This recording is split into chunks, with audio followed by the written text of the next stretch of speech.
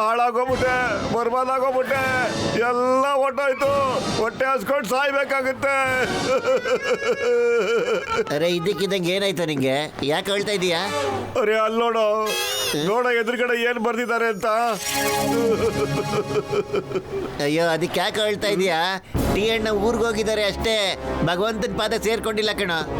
ಅರೆ ನನ್ ಹೇಳ್ದೆ ಕೇಳ್ದೇನೆ ಟಿ ಅಣ್ಣ ಹೆಂಗ ಊರ್ಗೋಗ್ಬಿಟ್ಟ. ಈಗ ನಾನು 1 ತಿಂಗಳವರೆಗೂ ಸಮೋಸ ತಿಂದೇನೆ ಹೆಂಗ ಇರಕ್ಕಾಗುತ್ತೆ?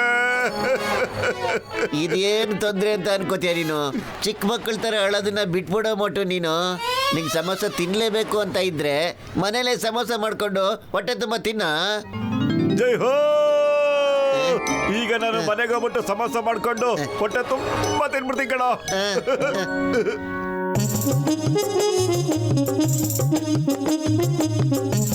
ಮತ್ಲೋ ನೀ ಸ್ವಲ್ಪ ದೂರನೇ ನಿಂತ್ಕೊಂಡಿರೋ, ನನಗೆ ಡಿಸ್ಟರ್ಬೆನ್ಸ್ ಆಗೋದಿಲ್ಲ ಕಣ. ಅಯ್ಯೋ ನೀನು ಕಿಚನ್ ಅಲ್ಲಿ ಇದೆಯಾ ಅಂದ್ರೆ ನಾವು ಸ್ವಲ್ಪ ದೂರ ಇರೋದೇ ಒಳ್ಳೇದು ಕಣ. ಏನಾದ್ರೂ ಬೇಕಾಗಿದ್ರೆ ಕೂಗು, ಓಕೆ? ಎಲ್ಲಕ್ಕಿಂತ ಮೊದಲು ಕುಕ್ಕರ್ನಲ್ಲಿ ತಾಜಾ ಆಲೂಗಡ್ಡೆನ ಬೇಯಿಸ್ಬೇಕು.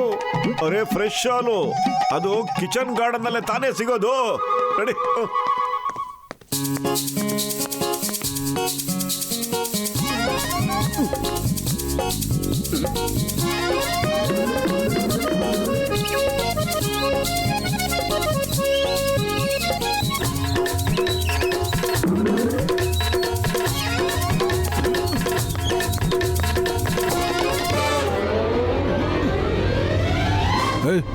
ನಮ್ಮ ಆಲೂಗಡ್ಡೆ ತಗೊಂಡು ಎಲ್ಲೋಗ್ತಾ ಇದೀಯ? ಅರೆ ಏನ್ರಿ ಮಾತಾಡ್ತಿದ್ರ ನೀವು? ಇದು ನಮ್ಮ ಆಲೂಗಡ್ಡೆ ರೀ, ಕಿಚನ್ ಗಾರ್ಡನ್ ಆಲೂಗಡ್ಡೆ ರೀ. ಒಂದಿನೊಬ್ಬನ್ ಗಾರ್ಡನ್ ಮಾಡಿಲ್ಲ, ಆಲೂಗಡ್ಡೆ ನಿಂದ ಆಗೋಯ್ತಾ? ಆ ಗಾರ್ಡನ್ ನಿಂದ ಮಾರ್ತೀನಿ ನಿನಗೆ.